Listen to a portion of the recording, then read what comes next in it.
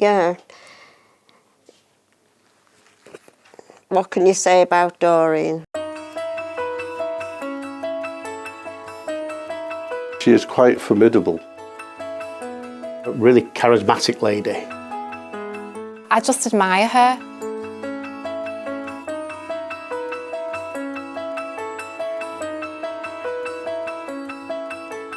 I started off as a lecturer in mathematics. When my husband died, I needed to get a full-time job because I brought up 4 children. I took a job with the National Health Service, finding befrienders for people who were not able to speak very often and not able to walk. I am a director of Age UK Mid Mercy, and I carried on with most of my voluntary work until I had this setback in my life.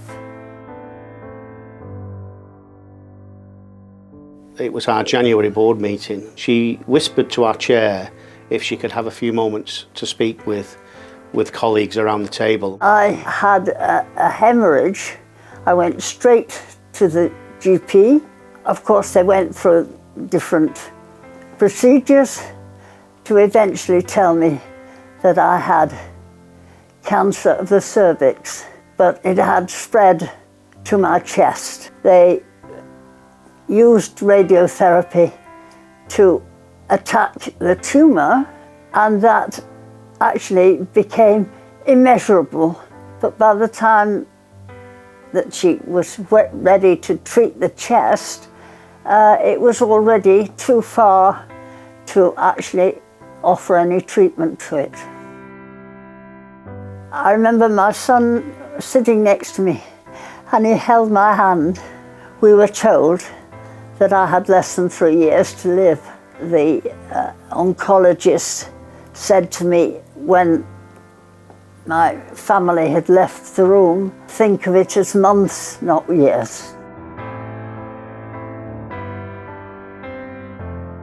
Everybody is truly devastated. She lived a very active lifestyle. It's really altered my life completely within a space of 3 or 4 weeks, which is quite frightening.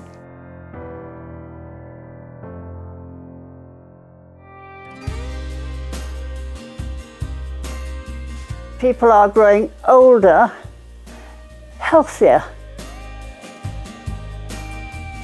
I was shocked that I had cancer of the cervix, and I didn't realise that it was so dangerous.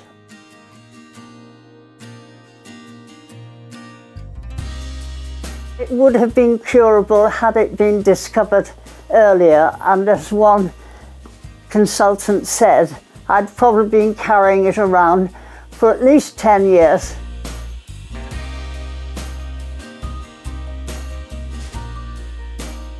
Life is very precious, and everything should be done to maintain life. And I think certainly age shouldn't be a barrier to that.